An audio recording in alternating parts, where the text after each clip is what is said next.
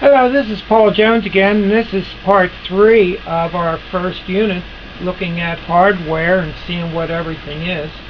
This is what you will be able to see if you took it out of the machine as a CD drive. DVD drives looks very similar, so it applies for both of them. And this is before it is mounted in your computer. We are all working with CDs and be able to know what a CD is, but not many of us know exactly what it looks like. So let's take a look at what this is inside. The CD drive inside has a couple interesting things to note, and that is that our slide is open, so we're able to expose the entire unit inside. We have a little gold, it's actually golden, or might look like a white spot there in the center, and that is a head that travels across the unit of a CD that is inside, or a DVD. And it reminds me of when I had a turntable. It was a Technics turntable where they had a mount going straight across a record player, and it was strong on the idea of straight tracking. Well, on your CD we have the straight tracking with the mount of a similar unit to be able to read your disc very quickly. Now, since your disc only reads on one side, this is a very simple unit, and it is attached by a ribbon that goes along with it that is able to track along with what it is reading. And here we have a demonstration of what a hard drive is and how different it might be. This hard drive, it has two discs in it, and it is read by a head that actually does not ride on the disc at all, but it's a very small micron of measurement that it rides off of the disc. Now, take notice that we do have this is that head that I was just looking at here. It is mounted on an actuator arm, and it is pivoted like a record player would be. And that's okay, because as the head rides in and out, it's still performing a straight track reading. So take notice that these platters actually have two reading heads on each one of it. So with this, it is reading both on the bottom and the top on each platter. As we have more than one platter, there would be a set of heads for each one. So we are able to have a board, which is an actuator, and reads those discs independently. It will translate these signals to an IDE connector, and today it is upgraded now to have a much smaller ribbon going across, but it does the same function.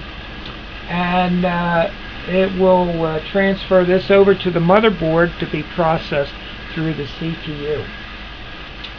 Over here we have a plug in here where the power connector goes, and that is where it receives electricity from this power unit.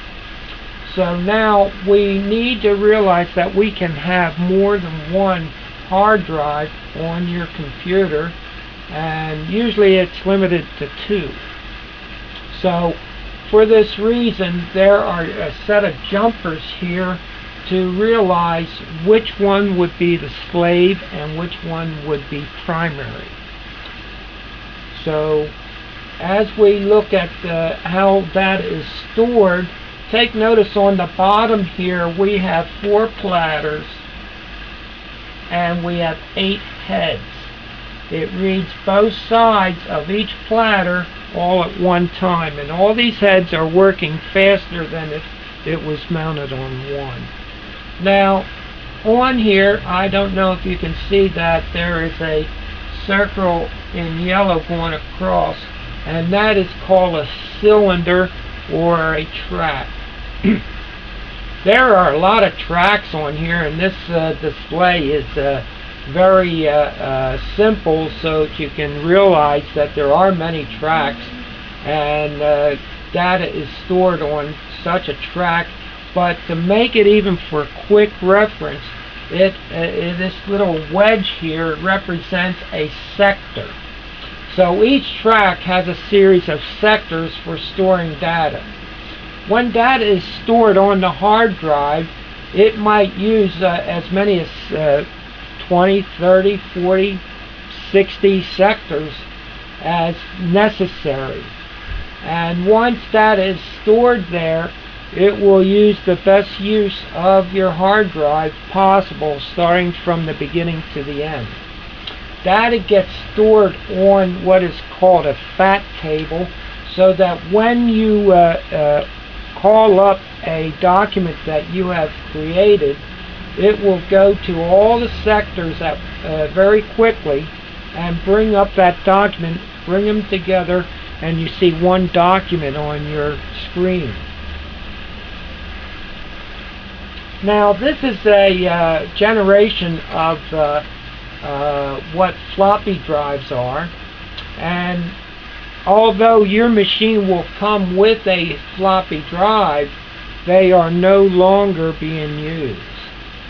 We have evolved to the use of CDs, and also with USB ports being used in the use of memory sticks or flash drives, which are much faster and much more flexible. On the extreme left, we have an example of what the old days was with a 8-inch floppy drive. And a floppy has a sleeve around a disc that is magnet, has a